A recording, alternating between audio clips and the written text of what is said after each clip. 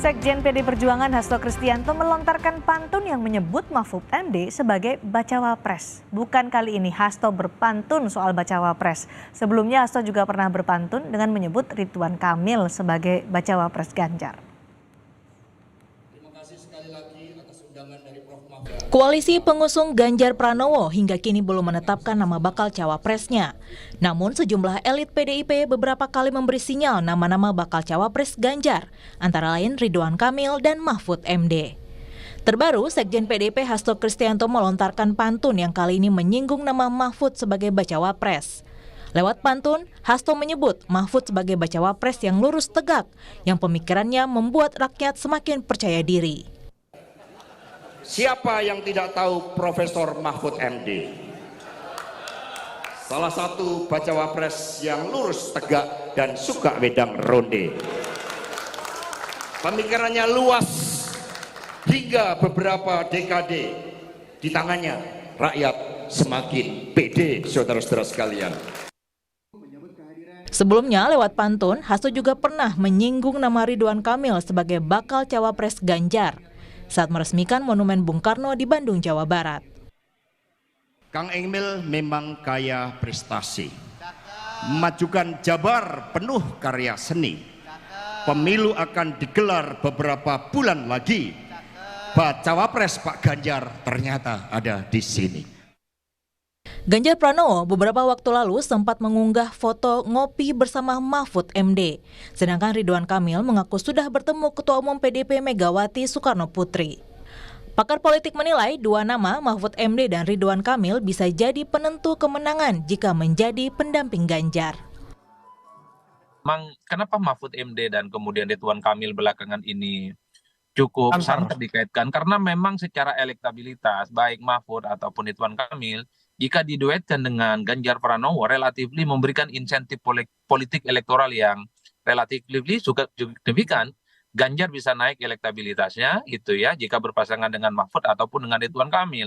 Dua sosok ini nyaris tidak punya celah gitu ya dalam konteks politik elektoral. Tentu Bu Megawati gitu ya, Ganjar Pranowo dan partai-partai politik pengusung lainnya agak kesulitan kalau memang sudah mengerucut pada dua nama ini. Kira-kira siapa yang paling layak dan paling pantas untuk berdampingan dengan Ganjar. Ini dua-duanya barang bagus soalnya Mas. Tinggal dicari siapa yang sebenarnya paling memungkinkan ya secara ideologi, secara pemikiran, dan secara elektabilitas itu bisa mengunci kemenangan di 2024 nanti.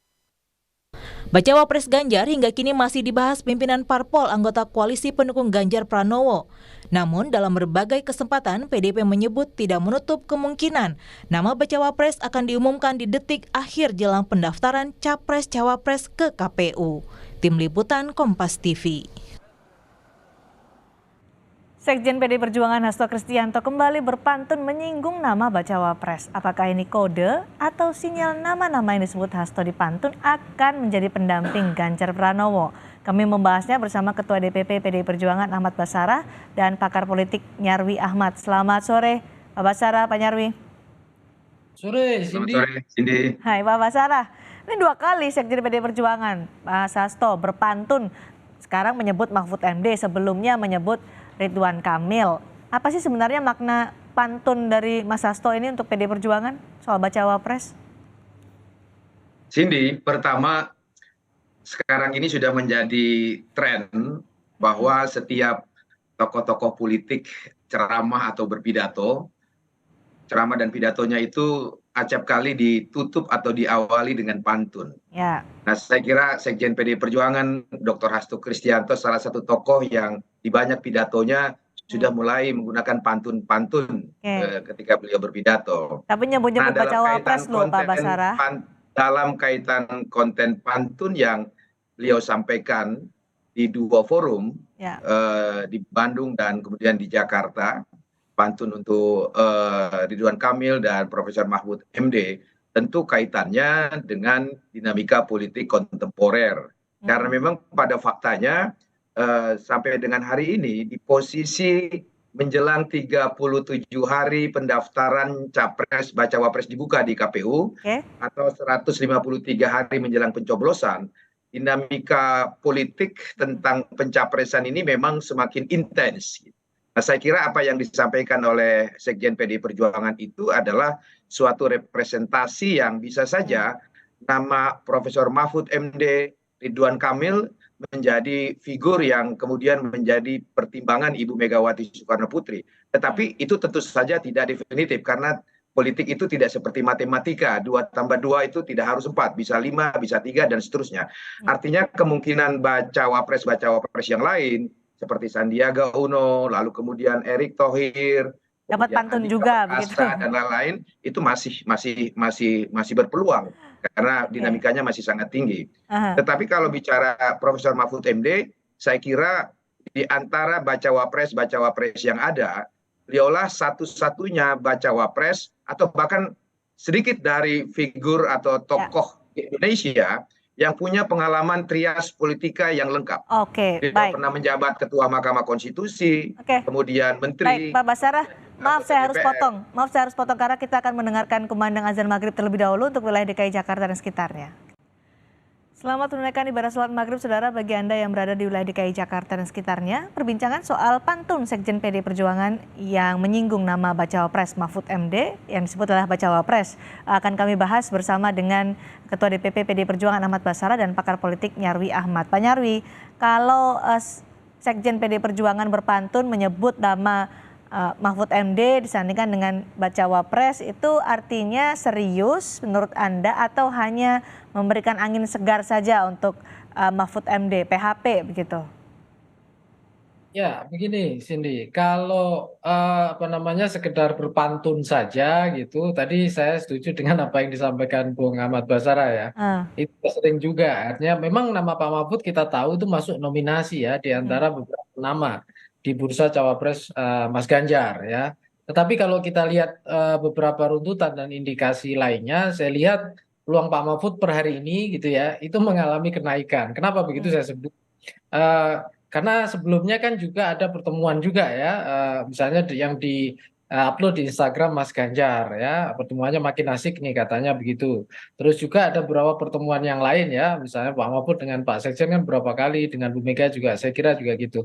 Tapi intinya Cindy ya, peluang-peluang ini kan fluktuasi ya. Kita tidak bisa kemudian mengatakan bahwa peluang Pak Mahfud itu untuk menjadi cawapres Mas Ganjar itu paling besar, itu belum tentu juga. Ya, tentu ada pertimbangan-pertimbangan ya yang saya yakin ya tim dari pemenangan yang ada di sana ya, itu saya kira itu akan mempertimbangkan banyak indikator. Meskipun tadi disebutkan oleh Pak Basarah di antara nama-nama yang disebut sebagai bacawa pres potensial untuk Ganjar Pranowo, Pak Mahfud ini punya keunggulan orang yang berpengalaman di trias politika. Itu bukan termasuk keunggulan yang kemudian menempatkan Mahfud MD sebagai orang yang paling potensial di antara nama-nama lain. Ya, saya kira itu bagian cara PDIP mempertimbangkan atau membuat kriteria yang jadi prioritas untuk cawapres. Dan begini, saya lihat ini kan PDIP kalau membuat kriteria untuk misalnya siapa saja yang potensial mendampingi Mas Ganjar sebagai balon cawapres gitu ya, itu banyak sekali, tidak hanya insentif elektoral saja yang dikejar saya lihat, tetapi juga kompetensi. Tadi berapa kali disampaikan ya, kompetensi sosok bakal calon wakil presiden. Dan Pak Mahfud mendapatkan kriteria yang lumayan banyak di sana. Ya, kita tahu gitu, beliau kan pengalamannya juga banyak di lembaga legislatif, di eksekutif, pernah di MK juga gitu ya. Bahkan juga dengan para politisi sudah terbiasa itu. Pernah misalnya kita ingat ya 2014 itu ketua tim pemenangan Pak Prabowo waktu itu. Ya, kemudian juga 2019 kita tahu bahkan sempat masuk nominasi ya untuk cawapres Pak Jokowi misalnya begitu. Dan saya lihat dari sisi pengetahuan dan pengalaman gitu, saya kira juga cukup besar ya di sana untuk mengelola kepentingan negara. Belum lagi kalau kita lihat ya Cindy ya, itu juga misalnya begini, saya yakin ya PDIP juga mempertimbangkan soal karakter para bakal calon wakil presiden dan potensi-potensi ya seperti ambisi personal dan lain-lain yang saya kira itu tentu lebih aman ya bagi PDIP memberikan amanah, karena ini kan amanah ya tiket cawapres itu kepada orang-orang yang bisa dipercaya. Makanya tadi saya lihat pantunnya Mas Hasto itu rakyat makin pede katanya gitu ya. Pak Mahfudnya misalnya itu katakanlah dipertimbangkan di sana. Dan ini gini ya, itu saya kira juga peluang itu selalu naik turun ya Cindy ya. Bukan jadi ini PHP atau bukan Pak Nyarwi soal nama-nama yang disebut di pantunnya Mas Hasto ini? Ya, kalau PHP saya kira orang sekelas Pak Mahfud nggak merasa juga di PHP, karena pernah juga kok 2019 hampir menjadi cawapresnya. Hampir jadi cawapres ya. Biasa saja gitu, udah diminta Pak Jokowi membantu lagi juga nggak ada masalah. Saya kira itu juga menunjukkan ini ya, bagian dari dinamika gitu ya, partai-partai di blok koalisi PDIP dan lain-lain. Itu untuk mempertimbangkan nama-nama atau menyeleksi nama-nama, dan ini saya kira juga tentu akan dibaca juga seperti apa respon pemilih gitu ya, dukungannya gitu ya, dan juga saya kira respon elit-elit yang nantinya itu dibutuhkan basis pendukung solid gitu. Jadi mereka yang disebut di pantun Mas Hasto jangan GR dulu begitu ya, Pak Nyarmi ya? Ya, oh iya, kalau itu iya dong, kan gitu. Karena prosesnya masih sedang berlangsung kan gitu. Nah, jangan GR dulu karena pantun Hasto Kristianto ini sebagai sarana untuk cek ombak begitu Pak Basarah? Test the water? Saya kira maksud Sekjen PDI Perjuangan menyampaikan pantun seperti itu, Cindy, bukan dalam rangka membuat GR atau membuat PHP. Itulah cara PDI Perjuangan menghargai, menghormati, mengapresiasi setiap tokoh-tokoh bangsa yang kami anggap punya prestasi. Saya kira Ridwan Kamil punya prestasi sebagai kepala daerah di Jawa Barat, Prof Mahfud apalagi. Dan pada titik itu, kami sebagai pembantu Ibu Megawati Soekarno Putri di DPP PDI Perjuangan tentu punya kewajiban untuk memberikan masukan-masukan, informasi-informasi dan laporan-laporan terkait perkembangan dinamika para bakal calon wakil presiden, calon presiden yang lain, partai-partai politik dan yang lainnya. Saya kira benar yang Bung Nyarwi katakan tadi, PDI Perjuangan bukanlah partai yang terlalu pragmatis dalam mempertimbangkan memilih pemimpin bangsa yang semata-mata mengandalkan pertimbangan elektoral semata. Oleh karena itu, kesamaan kimiawi ideologis di antara calon presiden dengan calon wakil presiden dengan PDI Perjuangan dan partai yang lainnya, lalu kemudian integritas, kapabilitas, keterwakilan wilayah, dan lain-lain tentu menjadi pertimbangan utama kami. Pada titik itu, Profesor Mahfud MD memenuhi semua kriteria itu. Memenuhi kriteria sebagai calon pemimpin yang dibutuhkan oleh bangsa. Saya ulangi, yang dibutuhkan, bukan yang diinginkan. Yang dibutuhkan itu artinya ya, kalau kita mau memilih pemimpin bangsa yang betul-betul capable, memilih capres dan cawapres, ya saya kira kombinasi Ganjar dan Mahfud MD salah satu pertimbangan. Artinya, Pak Basarah, juga ada calon-calon yang lain yang memenuhi syarat untuk itu, Cindy. Artinya sejauh ini, Mahfud MD adalah orang yang paling memenuhi kriteria bacawa pres untuk Ganjar Pranowo selain Ridwan Kamil, Sandiaga Uno, kemudian juga sebelumnya ada nama Erick Thohir. Begitu, bisa disimpulkan seperti itu Pak Basarah? Iya, masing-masing kan punya kelebihannya sendiri-sendiri, Cindy. Ridwan Kamil punya kelebihan sendiri sebagai kepala daerah di Jawa Barat, di mana suara Mas Ganjar di Jawa Barat masih sejauh ini masih belum cukup kuat. Ada alasan elektoral di sana, juga ada alasan ideologis. Belum pernah ada calon wakil presiden dari dari Jawa Barat misalnya. Itu ada pertimbangan-pertimbangan semacam itu. Kemudian Sandiaga Uno juga punya pertimbangan lain. Kemudian Andika Perkasa punya pertimbangan lain, dan Profesor Mahfud MD juga pertimbangan lain. Dan saya kira itulah yang menjadi alasan mengapa pantun Mas Hasto kemarin menyebut cawapres Mahfud MD membuat rakyat makin pede. Ya karena latar belakangnya yang sangat lengkap itu, Cindy. Oke, baik. Pak Nyarwi, jadi mana yang lebih potensial di antara nama-nama yang masuk radar PDI Perjuangan yang sering dibahas, muncul di publik beberapa waktu terakhir ini? Ya, soal potensial itu tergantung kriteria mana yang jadi prioritas ini. Saya contohkan ya, misalnya kalau dalam situasi tertentu ternyata ya basis pemenuhan insentif elektoral yang itu sangat diperlukan, karena kan kalau mau berkuasa kan harus menang misalnya begitu ya untuk pemilu. Nah misalnya dan basis itu ada di Jawa Barat ya, dan Ridwan Kamil potensial sangat kuat di sana. Nah bisa jadi Ridwan jadi prioritas, Ridwan Kamil. Tapi misalnya contoh ya, ternyata di Jawa Timur juga kuat gitu, dan Pak Mahfud juga tidak hanya tadi dengan kriteria yang sudah disebutkan Bung Baskara tadi, tetapi juga secara elektoral punya daya magnetik, bisa jadi juga masuk pertimbangan kan gitu. Atau misalnya juga dukungan-dukungan dari misalnya contoh ya, basis-basis masa P3 yang hari ini mencalonkan misalnya Sandiaga Uno. Ya bisa jadi pertimbangan, apalagi misalnya luar Jawa butuh itu misalnya begitu. Nah bisa jadi Sandiaga Uno juga masuk lagi ke bursa dalam eskalasi ke atas. Ini kan naik turun ya, naik turun yang saya kira nanti akan dinamikanya terjadi karena ada dinamika di pemilih, ada dinamika juga di elit-elit yang menjadi pendukung koalisi, bahkan ada dinamika proyeksi membaca Indonesia di masa depan, 5, 10 tahun, 20 tahun yang akan datang. Dan itu yang saya kira akan menjadi kriteria ya PDIP mempertimbangkan. Artinya kita nanti akan baru mengetahui bacawa pres atau bacawa presnya Ganjar Pranowo last minute pada saat hampir waktu pendaftaran di KPU, Pak Nyarwi. Ya, dugaan saya seperti itu, tetapi tidak last minute juga seperti periode sebelumnya ya. Yang mungkin kejutannya mungkin sangat-sangat mengejutkan lah. Kalau hari ini kan nama-nama itu udah muncul kan gitu. Ya. Dan bahkan kita sudah mendiskusikan nama-nama itu dari beberapa bulan kan gitu. Nggak jauh dari nama-nama itulah yang sudah beredar itu ya. Ya, dugaan saya sementara seperti itu. Per hari ini ya. Iya. Dugaannya akan seperti itu. Nah, Pak Basarah, mana yang lebih potensial? Sekali lagi nih, lebih potensial untuk menjadi bacawa pres Ganjar Pranowo ini. Apalagi hari ini kan sudah ada rapat pemenangan, rapat perdana tim pemenangan di Ganjar Pranowo. Apa juga membahas soal bacawa pres itu juga? Semua bacawa pres yang ada, menu bacawa pres yang ada, semuanya adalah figur-figur potensial sini. Tetapi potensial dalam hal akan dipilih, pada akhirnya sekian banyak bacawa pres, pada akhirnya hanya satu bacawa pres yang akan dipilih oleh Ibu Megawati dan ketua umum partai politik yang lain. Maka kalau bicara potensial terpilih, di 37 hari ke depan menjelang pendaftaran baca pres di 19 Oktober dan penutupan di 25 November, kecuali nanti KPU mempercepat masa pendaftaran, maka segala kemungkinan masih sangat mungkin terjadi. Baik dari bacawa pres menu yang ada, atau mungkin ada simulasi-simulasi pasangan calon presiden yang lain. Kita tahu politik Indonesia penuh kejutan, ya, seperti kejutan tiba-tiba kemarin PKB keluar dari koalisi dengan Gerindra, kemudian bersama Nasdem dan Mas Anies Baswedan. Nah, kemungkinan kejutan politik yang lain juga masih ada.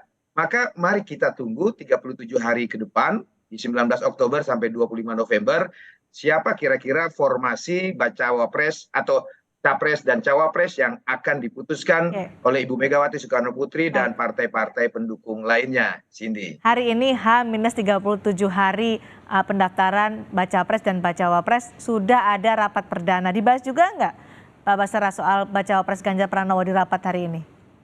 Ya, rapat perdana hari ini membahas tentang struktur, personalia, dan mekanisme tim pemenangan nasional Ganjar Pranowo dan calon wakil presidennya. Karena rapat itu masih bersifat pembahasan struktur dan program kerja TPN, maka masih belum membahas tentang pengerucutan nama-nama bakal calon wakil presiden.